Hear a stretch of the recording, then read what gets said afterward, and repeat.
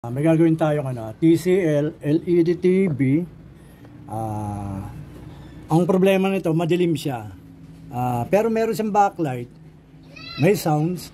Kaya ang gagawin natin dito, titingnan natin yung supply ng backlight tsaka yung supply ng sa panel board, sa COF niya. Titingnan natin kung tama yung supply. Yan, ito yung pyesa niya.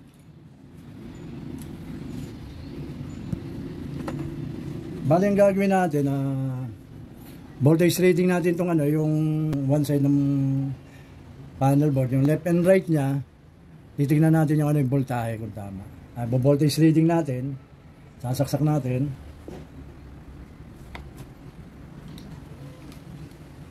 Ito ang gagamitin natin tester, itong digital. Lagyan natin ito sa ground. Voltage reading muna natin yung itong sa power supply, kung may supply siyang 12 volt. On ko. Ayan, 3 volt. Ito sa kabila. 0 volt.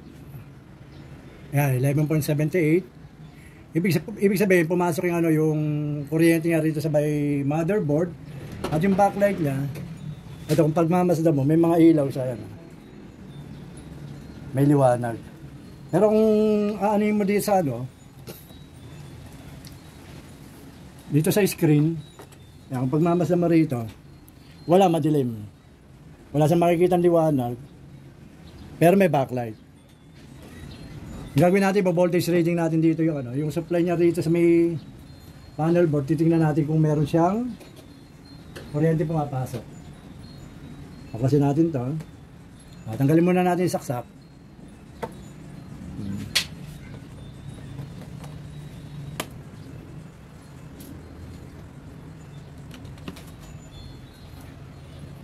Ngayon, ang gagawin natin, sasaksak uli natin. Yan. I-on ko. Tingnan natin yung backlight niya kung magkakaroon. Yan. Ayun, lumiwanag siya. Ibig sabihin, okay ang backlight. Dito tayo ngayon mag-voltage reading. Yan. Tingnan natin may supply to. Itong right side na to.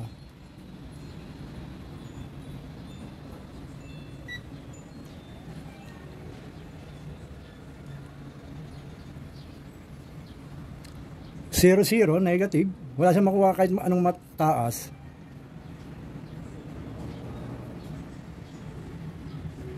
Dito sa parte ng dito yung parte ng isang COF, mababa pa rin. Ayan, hanggang dito. Dito tayo sa kabila, titingnan natin yung kabila kung pareho siya ng ng voltahe. Dito tayo sa power supply niya. Wala pa rin.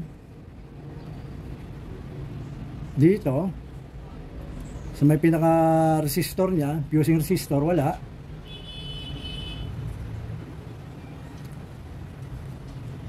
Puro walang voltahe pumapasok na mataas.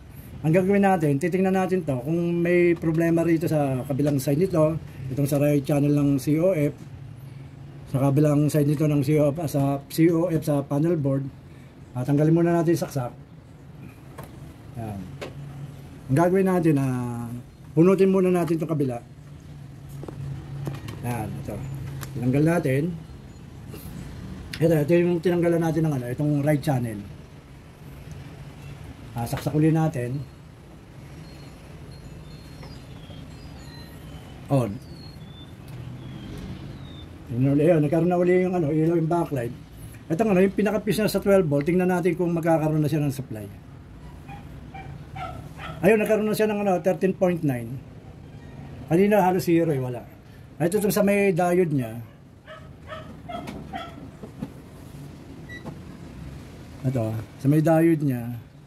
Ayun, may 5.1 na siya. Dito sa kabilang side nito, yung right side na to, titingnan natin kung may supply na rin siya. Ayun, 4.8. 4.8. Ibig sabihin, nagkaroon siya ng supply nung tinanggal natin. Titingnan natin ngayon dito sa may screen niya kung may pagbabago.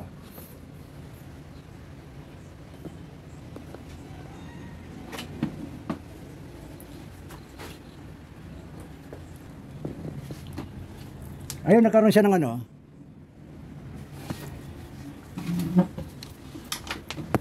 Nagkaroon siya ng video rin sa may kabilang side ito. Ayan. Pero dito sa may ano, dito sa right side dito, madilim pa. Ayan o. Ayan o, kalahati. Dito meron, dito sa kabila, wala.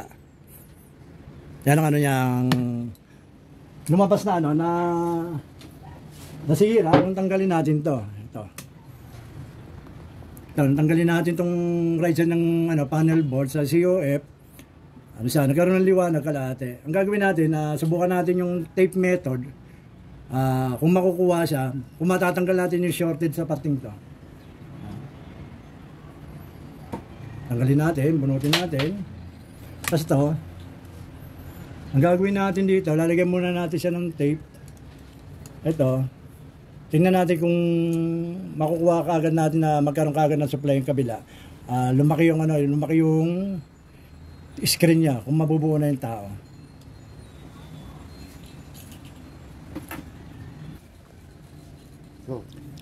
Ito, gumawa tayo ng ano, ng tape. Medyo ibablock muna natin yung mga ilang linya niya rito.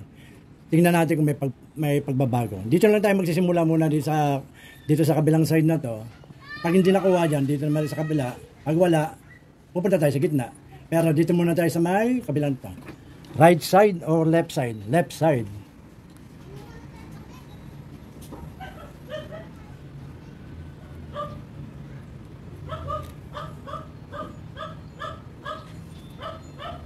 Ayan. Nalagyan ko na ng tape yung ano, kabilang side niya. Ngayon, ibabalik natin siya dito, tapos susubukan natin kung may pagbabago.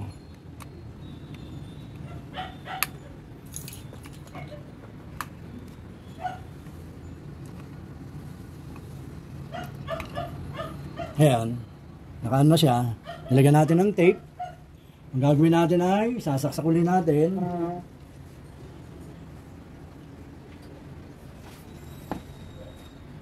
Tapos magbo-voltage reading tayo.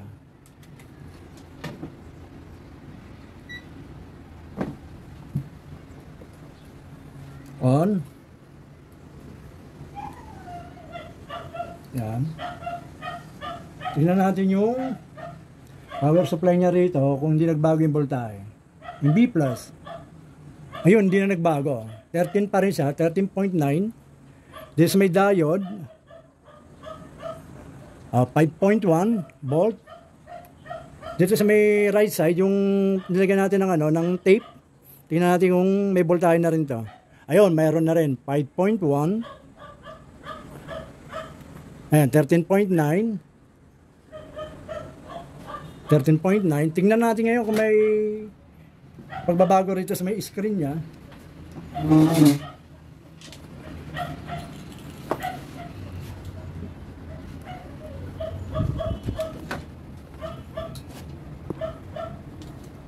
Ayun, buo na. Pagmasdan nyo. Ayun, nababasa na. Abot na rito yung, ano, yung pangalan niya. Ayan. Ngayon ang gagawin natin, susubukan natin siya sa audio video o ano. Tingnan natin kung magkakaroon na siya ng normal na, ano, na tao tsaka sounds. Ayan, meron na siyang ano, may tao na siya. Ayan, nalilipat na. Naka-ano siya, naka Wi-Fi siya, naka-internet yan, nalilipat na. Ngayon, isasara na natin to. Titingnan natin kung gagana siya, yung ano, yung sounds niya. Kung lalakas na siya, na. Yun ang alin natin. Sasara natin to. Kasi yung speaker niya dito, tanggal, yan. Sara na muna natin. Sasaksak ko. Ayan, naisara na natin. Ano yun natin power on. Ayan, TCL.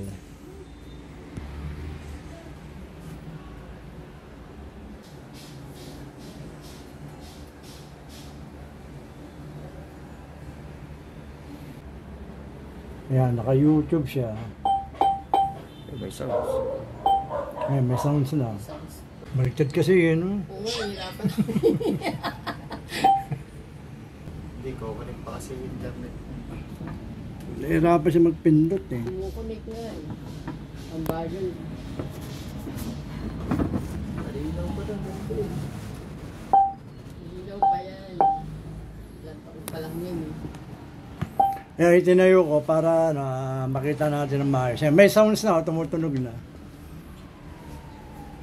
Netflix. Pag may problema ka, bukas ang pintuan ng bahay na to para sa iyo. Okay. Ayan, meron ng sounds, meron ng ano. Meron siyang video, malinaw ang video, meron ng sounds. Okay na, bumalik na sa dati. Sige po, maraming salamat sa panonood. Basta watch, share, and subscribe lang po kayo sa ginagawa ko. Thank you po.